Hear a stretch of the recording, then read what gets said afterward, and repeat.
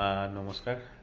এটা কাপোৰ বনাইছোঁ, মেখেলা চাদৰ নহয়, শাৰীও নহয়, অসমৰ বাহিৰৰ অৰ্ডাৰ দেখাই আছোঁ তাকে চাওক।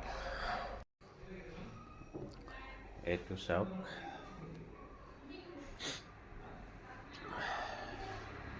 ইয়াৰ পৰা ডিজাইন ষ্টাৰ্টিং হৈ গৈছে। এইটো এক পিচেই হয়।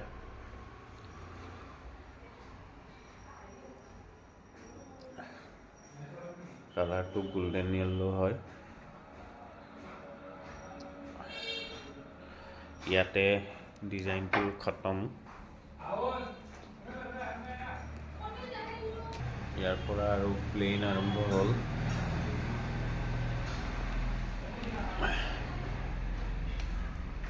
এইখিনি হৈছে প্লেইন।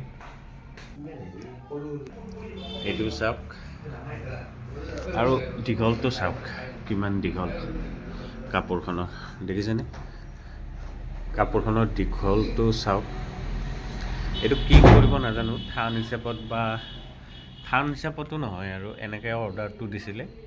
অসমৰ বাহিৰৰ হয়, দেলহিৰ কাষ্টমাৰ, তো তেনেকুৱাকৈ মই বনাই দিছোঁ। এতিয়া বস্তুটো ভালে লাগিছে, হয়তো কিবা পিচ বনাব, কিবা পিচৰ কাৰণে অৰ্ডাৰটো দিছিলে, তো দেখালোঁ আপোনালোকক কেনেকুৱা হৈছে। ধন্যবাদ।